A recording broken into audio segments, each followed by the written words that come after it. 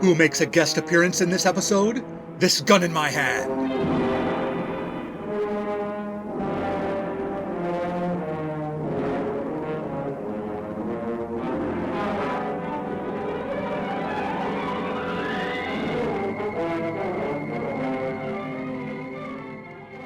Indomitable hero. No time for that. We've got to... Look, he's coming this way. Come back here. Watch where you're going. Hey! Oh, my. Running into that building won't save you. I need my $40 by Friday. Hey, I'm making collections here. Stop. In the name of vigilantism. A few flights of stairs won't save you. Why is everybody rushing up to the roof today? Oof. Okay, jumping across an alley to the next rooftop might save you. No, not today it won't. Ah! Oof. Great, somebody keeps a sheep on a rooftop in the heart of the city. I've landed in a Philip K. Dick novel. Don't headbutt me, you little... He went down the fire escape. Thanks, ma'am. Why do people leave flower pots on the fire escape? Somebody could get hurt with this kind of obstruction. Oof! I really gotta learn how to roll with the fall.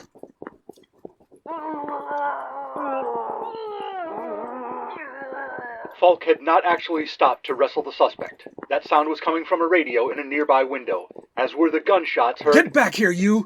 I'm sorry, Bill, we don't have time for narration right now. He just jumped in a car. Taxi! Hey, taxi! Taxi! Taxi! Follow that car. Oh, no you don't, Buster. This is my cab. I seen him first. I'm sorry, ma'am. I'm commandeering this cab on a matter of official vigilante business. That's what they all say. Well, get in line, bub. Besides, you need me. What do I need you for? I'm your special guest star for this episode, Patsy Kelly. How am I supposed to trail suspicious characters with a guest star dragging me down? That's special guest star. You better give me proper billing or my people are going to have words with your people. All right, get in and we'll go. That's more like it. Now, what were you saying about suspicious characters? This story won't be dangerous, will it? Follow that cab before it's too late. That's it. You're gaining on it. Don't hit that Model T. That was close.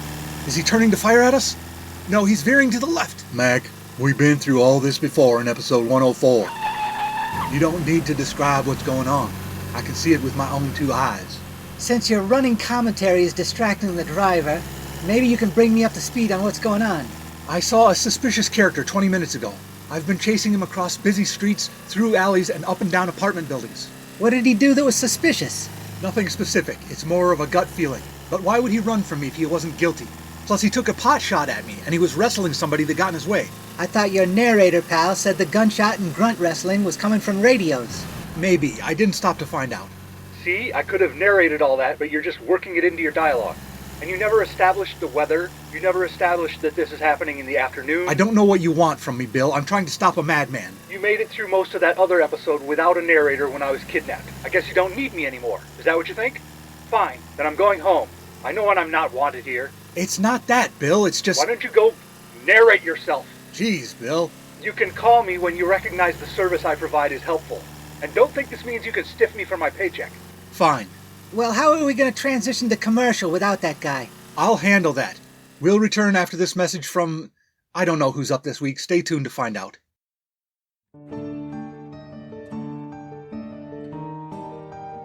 It is Wednesday night. It is 8 o'clock. Time for Astral Police. For the record, we have in attendance at this seance Astral Police Detective Cliff Raven, Madam Kravatsky, who will be channeling the voices of the spirits today. Please keep the ectoplasm to a minimum, if you will. Yes, officer. We also have Astral Police stenographer Grace Parnell, and me, Detective Ralph Whitmore. Yeah, so we're here to call the spirit of George Kleinfelter, and I believe he departed from this plane on 4 days previous to the current date. His last known whereabouts was an apartment building on the corner of 15th and Haggerty. I feel the presence of the spirits. He is with me. He is now moving within me. Hi, this is George. Mr. Kleinfelter, can you tell us who killed you? I am here. Is my wife in the room with you? Darling, I hope you are not troubled by my passing on... No, Mr. Kleinfelter, she's not here. This seance is conducted under the auspices of the Astral Police. On account of that, we're not allowed to have friends or relatives of the spirits attend the otherworldly interrogation. We just have a few questions while we got you here. The good news is no one on Earth can retaliate against you or threaten you in the afterlife, so you can be fully forthcoming with us. Can you tell us who killed you? Sure, I suppose there's no way that snitches can get stitches if they're already dead. The man who killed me was the widow who lived across the hall from my apartment, Claudio Vandenberg. Great, that's very helpful. This is Detective Whitmore. Is there any physical evidence that would prove it? Did you see where he ditched the murder weapon? A ghost testimony is not accepted in court? I'm afraid not. He cut me with a paring knife, and then after that he washed it and stuck it back in his cutlery drawer at home. But if you unscrew the handle, you'll find some of my blood seeped down in there. Don't forget the grave robbery. Oh yeah. Do you or any of the spirits out here know about a recently departed person who got dug up? According to my notes, the resident of the grave was a, Mr. Garfield Testarossa? It doesn't ring any bells. Okay, I think that's all we need, Mr. Kleinfelter. You've been a big help there. You want some more? Inside the home of Astro Police Detective Ralph Whitmore, there's a chest of drawers which contains cash and jewelry he's taken from crime scenes. No, I think you got, Even rings unscrewed from the fingers of corpses. Mr. Kleinfelter, we seem to be losing contact here. Somebody must have stopped holding hands for a second. We might have a non-believer in our midst. You can't get away with this, Ralph. Yeah, I don't think I can believe anymore. You know how skeptical-type feelings from anyone attending a seance can prevent contact with the spirit realm. Your late beloved mother's right here with me, Ralph. She says she's very disappointed in you.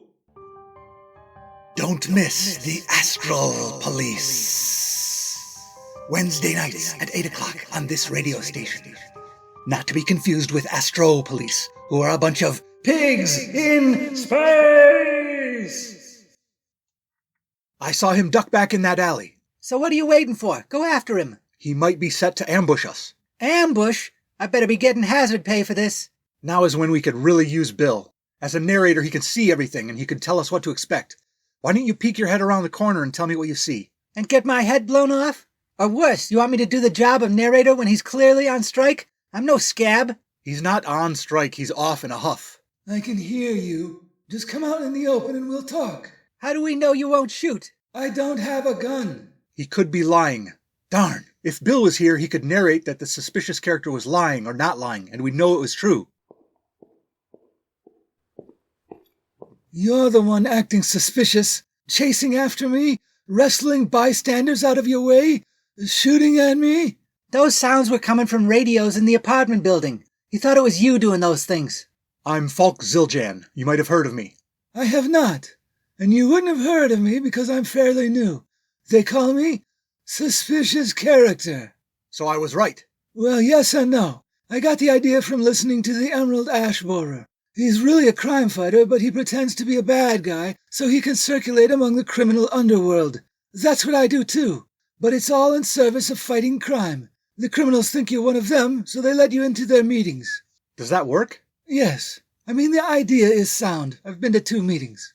In fact, I was on my way to another meeting just this minute. The International Brotherhood of Electrical Villains is having a lessons learned session at their warehouse.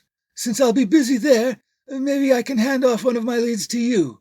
You heard about that grave robbery a few months ago?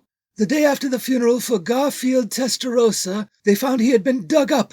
The only thing missing from the fresh corpse was its left forearm. Yes, I remember. I have a lead on where you can find that killer. The newspapers said Testarossa died of natural causes. They didn't mention a killer. There's always a killer. Otherwise, why would I be here? The men who dug the grave are too stupid to pull off a murder, but they told me who hired them. If you get on top of the garbage can right here and climb the fire escape, that window on the 3rd floor is the killer's bedroom. Who was that suspicious character? We didn't get a chance to thank him. Let's go. I'll give you a boost up to the fire escape. Oh, no. You keep your hands to yourself, mister. You expect me to follow you up that rickety thing and get killed alongside you? Yeah, I didn't think you'd want to stay down here while I play out the scene up there. I don't mind being alone. This alley seems safer than a killer's bedroom. The microphone would stay on me. You wouldn't have any lines. Out of my way.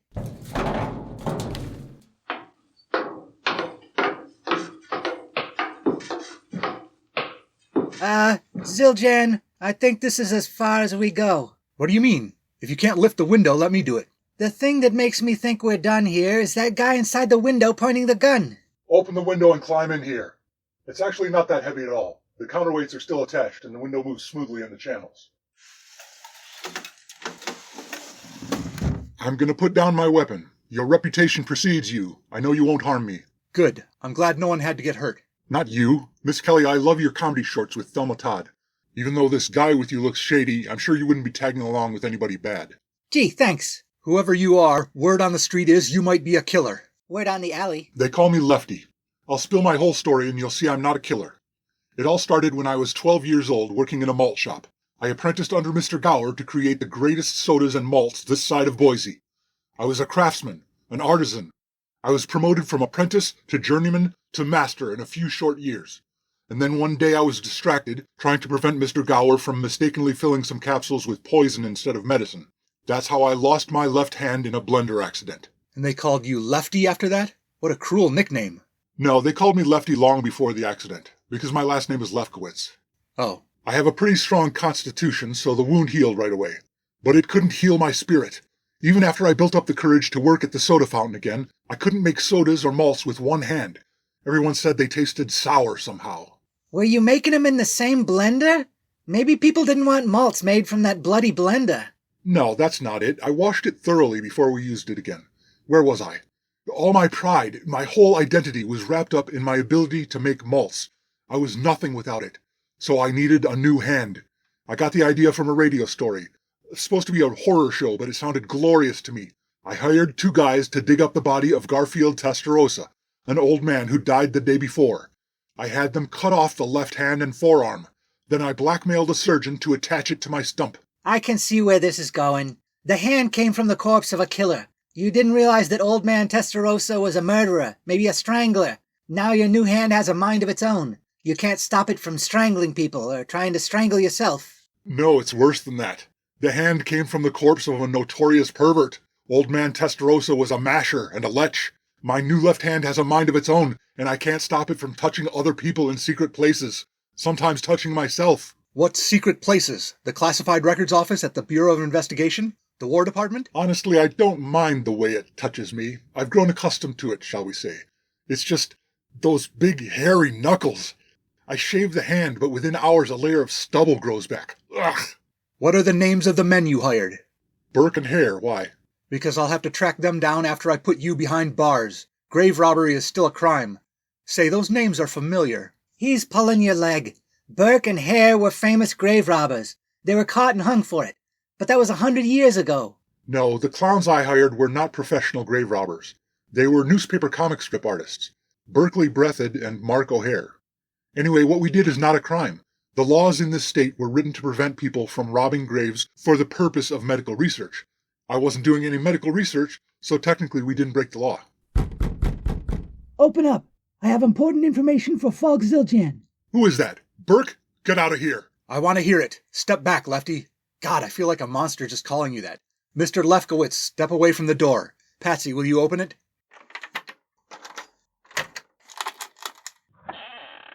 Don't listen to him. If it's about a crime, let's hear it. No, I'm not a criminal, but you should hear this just the same. Lefkowitz is lying.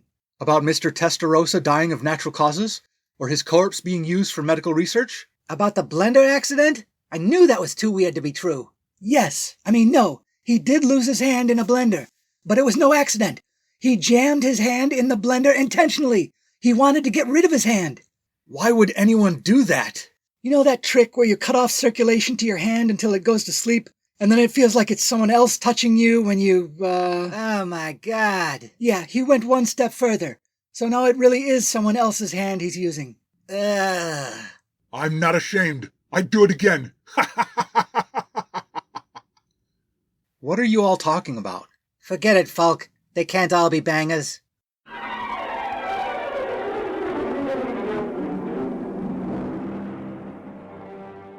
What a day. I'm so glad it's over. Not so fast. We haven't done the scene where we stay overnight in a haunted house. Why would we need that? This story is in the can. You better reread my contract, buddy. There's a clause that says we have to stay overnight in a haunted house. Gives me an opportunity to go all bug-eyed when doors open by themselves and whatnot. Acting scared is my speciality.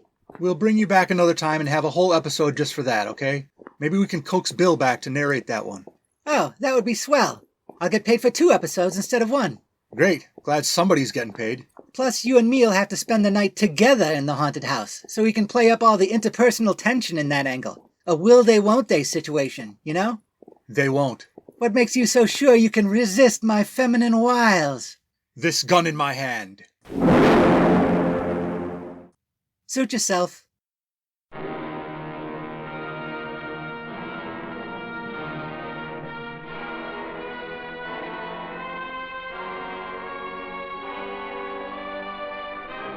They Can't All Be Bangers, episode 109 of This Gun in My Hand, was banged together by Rob Northrup.